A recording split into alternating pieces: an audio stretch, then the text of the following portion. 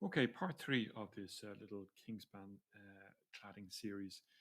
So, as we know, the cladding material is held on cladding rails.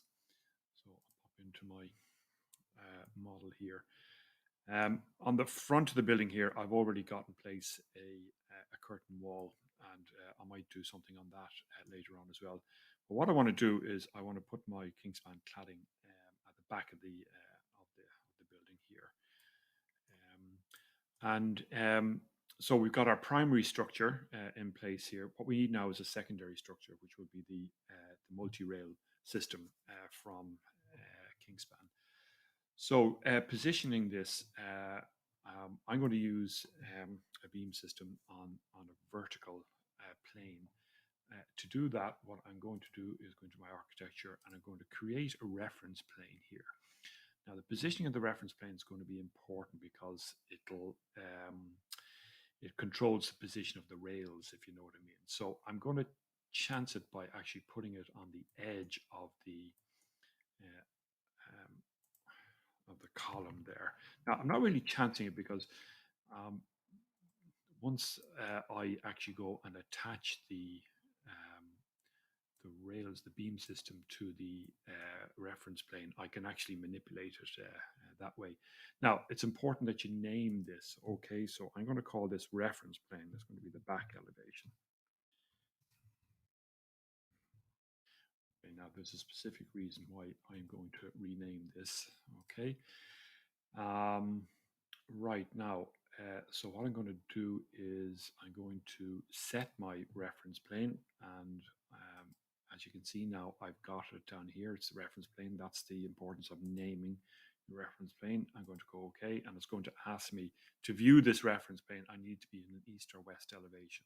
So this is the east side here. So I'm going to open the view on the east side, and I'm going to show you that reference plane. Now, so I'm kind of in business here now, in the sense that I can start drawing on the vertical here, and I'm going to go straight over to my beam systems in structure, beam system, and I'm going to just use my rectangle tool here, and I'll go right from that point there. See the way it's snapping onto the grid of the reference plane as well, which is particularly handy.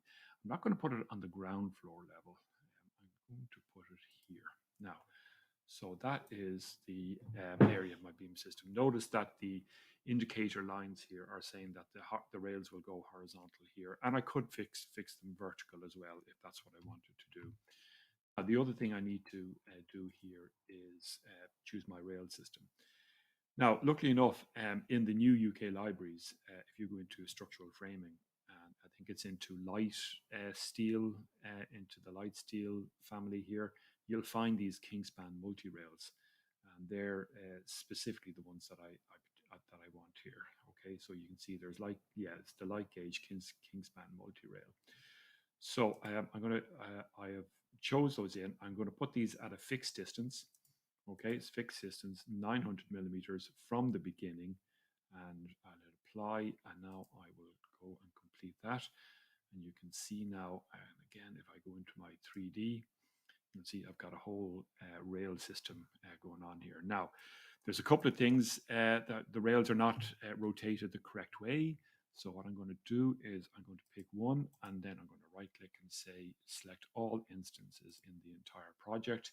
And I can come over here to the cross-sectional rotation, and I'll put in 90 degrees, and that's fine. You can see now that they're in the correct um, orientation.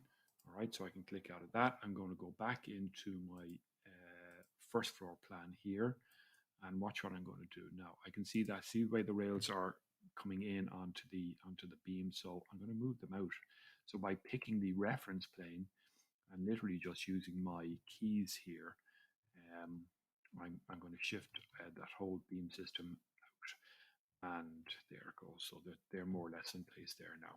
Okay, so I'll pick this up in part 4.